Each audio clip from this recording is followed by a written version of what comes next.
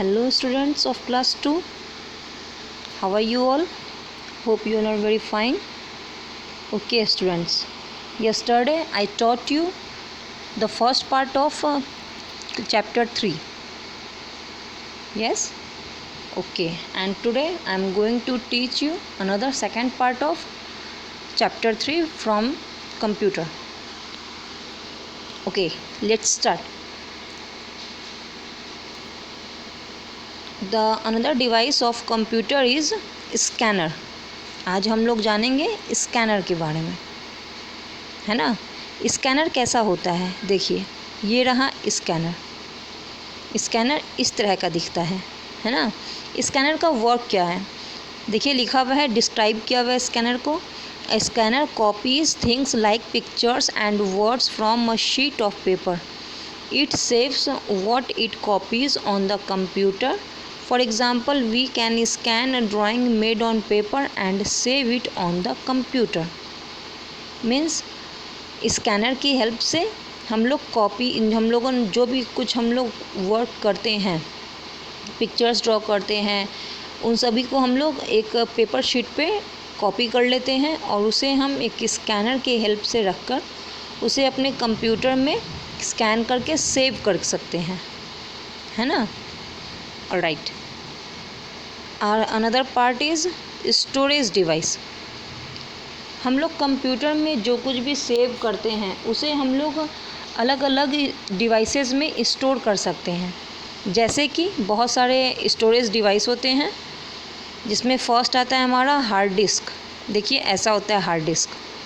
Okay, hard disk होता है, CD, DVD, pen drives, इन सभी में हम स्टोर करके रख सकते हैं. अगर हम लोग चाहें कि कंप्यूटर में तो है ही सेव, इसे हम अलग जगह पे भी कहीं पर स्टोर कर लें, ताकि सपोज़ दैट अगर कभी हमारा कंप्यूटर ख़राब हो गया तो हमारी सारी चीज़ें उसमें से इरेज नहीं हो, है ना. तो सबसे पहले हम लोग आते हैं हार्ड डिस्क. हार्ड डिस्क के बारे में मैं आपको डिस्क्राइब करती हूँ. Most computers have a hard disk in the CPU box. ज़्यादातर कंप्यूटर्स में हार्ड डिस्क सीपीयू बॉक्स में ही रहता है.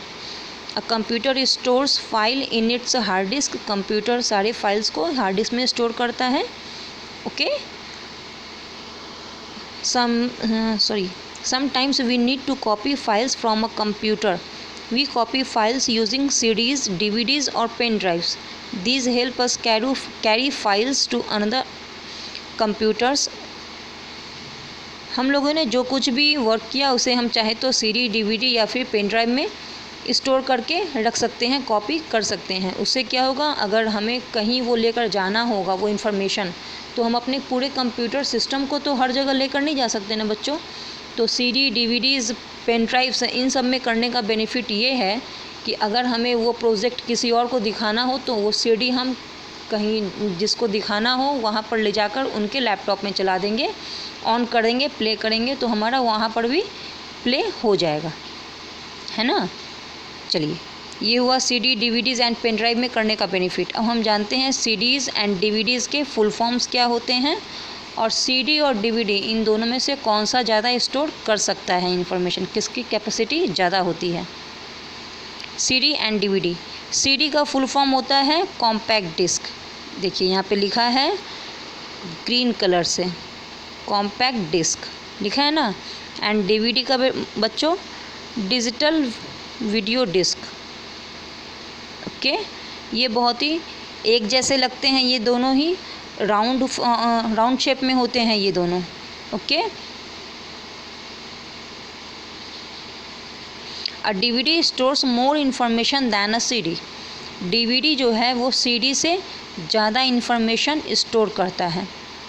ये दोनों ही राउंड होते हैं, राउंड शेप में होते हैं, फ्लैट होते हैं और बहुत ही शाइनी होते हैं, देखने में एकदम चमकीले टाइप के होते हैं. अब हम आते हैं अपने नेक्स्ट टॉपिक की तरफ, जो कि है हम देखिए ये ऐसा होता है CD एंड DVD. ये है हमारा CD एंड ये है हमारा DVD. इसे हम कंप्यूटर में CPU को ऑन करके ओपन करके ऐसे लगाते हैं, है ना. अब हम आते हैं पेन ड्राइव की तरफ. ये है हमारा पेन ड्राइव. ओके बच्चों, पेन ड्राइव इसी तरह का होता है। A pen drive is a small and easy to carry around. Pen drive जो है बहुत ही छोटी सी चीज़ होती है और उसे कहीं भी बहुत ही आसानी से बहुत ही ईजिली ले जाया जा सकता है, अपने पॉकेट में भी रख के। It can store a lot of information. Pen drive में बहुत सारी चीज़ें एक बार में आप स्टोर कर सकते हैं। देखिए बच्चों, सीडी से ज़्यादा इन्फॉर्मेशन हम स्टोर कर सकते हैं डीवीडी में, और डीवीडी से ज़्यादा इन्फॉर्मेशन हम या फिर कुछ भी अपनी फाइल्स डेटाज वगैरह स्टोर कर सकते हैं पेन ड्राइव में। ओके, इसे हम प्लग कैसे करते हैं, कनेक्ट कैसे करते हैं, तो देखिए सीपीयू में ये है हमारा CPU box.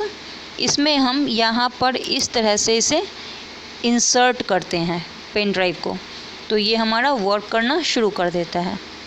Okay, next topic है हमारा यूपीएस। यूपीएस क्या होता है?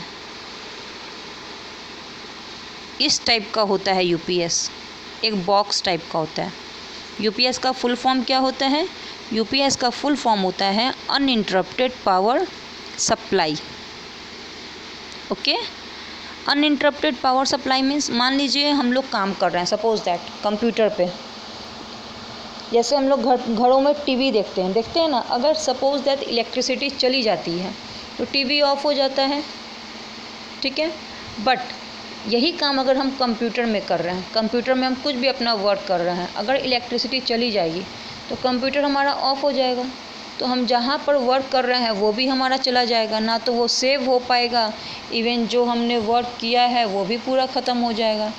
तो इसी के लिए ये यूपीएस को अटैच किया जाता है।